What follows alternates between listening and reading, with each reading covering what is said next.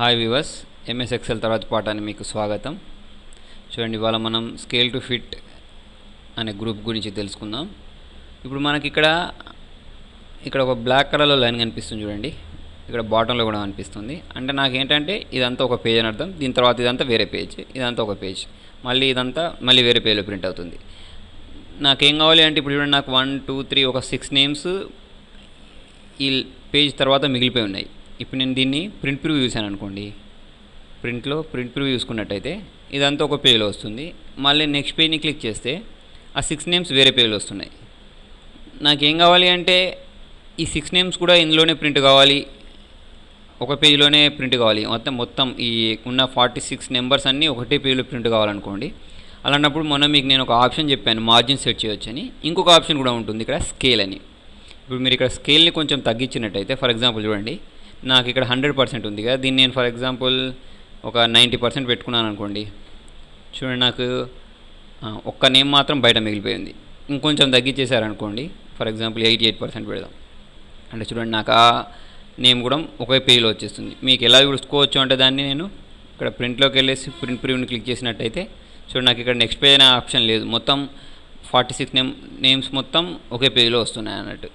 ఇలా ఈ ఆప్షన్ని యూజ్ చేసి మనం దీని జూమ్ని తగ్గించుకొని ప్రింట్అవుట్ తీసుకోవచ్చు అన్నట్టు. ఓకేనా? మళ్ళీ 100% కావాలి అంటే ఇక్కడ 100% పెట్టుకోవచ్చు. పెట్టుకుంటే మాత్రం మళ్ళీ ఆ 6 నేమ్స్ మాత్రం వేరే పేజ్లో వస్తాయి. తర్వాత చూడండి, ఇక్కడ మీకు ఒకటి గ్రిడ్ లైన్స్ అనే ఒక ఆప్షన్ ఉంది. ఇప్పుడు మీరు ఇక్కడ ఇవి వెనకాల ఈ లైన్స్ ఉన్నాయి కదా, వీటిని గ్రిడ్ లైన్స్ అంటాం అన్నట్టు. ఇవి మనకు ప్రింటింగ్లో రావు. కాకపోతే చూడండి, ఇప్పుడు మీకు ఇక్కడ ఇవి కనిపించకుండా ఉండాలి అనుకోండి. ఇక్కడ గ్రిడ్ లైన్స్ల దగ్గర ఈ వ్యూని క్లిక్ చేస్తే చూడండి, మీకు ఆ లైన్స్ కనిపించకుండా వెళ్ళిపోయాయి. మళ్ళీ కావాలి అంటే మళ్ళీ క్లిక్ చేస్తే మళ్ళీ వస్తాయి అన్నట్టు. చూడండి, నేను ఇవి ఉన్నా లేకపోయినా చూడండి, ఇప్పుడు గ్రిడ్ లైన్స్ నేను అంటే మీకు కనిపిస్తున్నాయిగా. ఇప్పుడు నేను ప్రింట్లోకి వెళ్ళేసి ప్రింట్ ప్రివ్యూ చూసినట్టయితే చూడండి, మీకు ఆ లైన్స్ ప్రింటింగ్లో రావట్లేదు. మీరు ప్రింట్ ప్రివ్యూలో ఎలా చూస్తారో ప్రింటింగ్లో కూడా అలాగే వస్తుంది కదా. ఇప్పుడు చూడండి, ఇక్కడ నాకు ఆ లైన్స్ అనేవి వెనకాల రావట్లేదు. నాకు ఆ లైన్స్ కూడా వెనకాల రావాలనుకోండి ప్రింటింగ్లో కూడా. అలాంటప్పుడు మీకు ఇక్కడ ఇంకొక ఆప్షన్ చూడండి, ప్రింట్ అని. దీన్ని క్లిక్ చేసి ఇప్పుడు మీరు ప్రింట్లోకి వెళ్ళేసి ప్రింట్ ప్రివ్యూ చూసినట్టయితే చూడండి, ఆ లైన్స్ కూడా నాకు ప్రింటింగ్లో వస్తున్నాయి. ఓకేనా? తర్వాత చూడండి, ఇక్కడ ఇంకొక ఆప్షన్ ఉంది, హెడ్డింగ్స్ అని. నాకు ఇక్కడ ABC 1 2 3 అని ఉన్నాయిగా, కాలమ్ నేమ్స్, రో నేమ్స్. వీటిని కనిపించకుండా చేయాలి అంటే ఇక్కడ హెడ్డింగ్లోకి వెళ్ళేసి వ్యూని క్లిక్ చేశారనుకోండి. చూడండి, మీకు ఆ నేమ్స్ కనిపించట్లేదు. మళ్ళీ అదే ఆప్షన్ని క్లిక్ చేయండి, మళ్ళీ మీకు అవి కనిపిస్తాయి. ఇప్పుడు నేను ప్రింట్ ప్రివ్యూ చూసినట్టయితే చూడండి, మీరు ఇంకొకటి ఇక్కడ గమనించారో లేదో, ఇక్కడ నాకు 1 2 3s కానీ పైన ABCలు కానీ ప్రింట్ అవ్వట్లేదు. వాటిని కూడా నేను ప్రింటింగ్లో తెచ్చుకోవాలనుకోండి. అలాంటప్పుడు ఇక్కడ క్లిక్ చేయండి, ప్రింట్ని క్లిక్ చేసి ఇందులోకి వెళ్ళి ప్రింట్ ప్రివ్యూ చూసినట్టయితే మీకు కనిపిస్తుంది. చూడండి, నాకు ఇక్కడ ABC అనేవి కూడా కనిపిస్తున్నాయి, పక్కకు 1 2 3 అని కూడా కనిపిస్తున్నాయి.